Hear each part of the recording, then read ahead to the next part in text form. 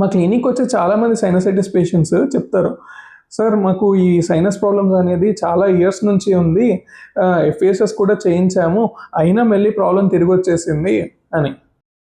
ఇక్కడ గుర్తుపెట్టుకోవాల్సిన విషయం ఏంటంటే సర్జరీతో ఆ సైనస్ బ్లాకేజ్ మాత్రమే క్లియర్ అవుతుంది, కానీ ఇన్ఫ్లమేషన్ వెనుకున్న బ్యాక్గ్రౌండ్ అంటే డస్ట్ అలర్జీస్ కానివ్వండి, రికరెంట్ ఇన్ఫెక్షన్స్ కానివ్వండి, అలాగే లో ఇమ్యూనిటీ కానీ వీటిని అడ్రస్ చేయదు.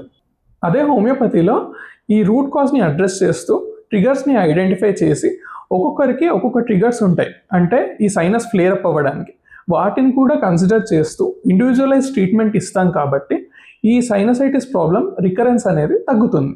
హోమియోపతి మెడిసిన్స్తో పాటు ఈ టిప్స్ని ఫాలో అవుతే మీ సైనస్ ప్రాబ్లం నుంచి త్వరగా రిలీఫ్ పొందుతారు. వాటర్ బాగా తీసుకోండి, అలాగే స్టీమ్ అప్రోప్రియేట్గా తీసుకోండి.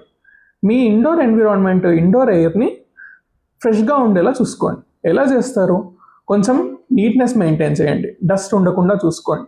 అలాగే మీ పిల్లో కవర్స్ని రెగ్యులర్గా వాష్ చేయండి.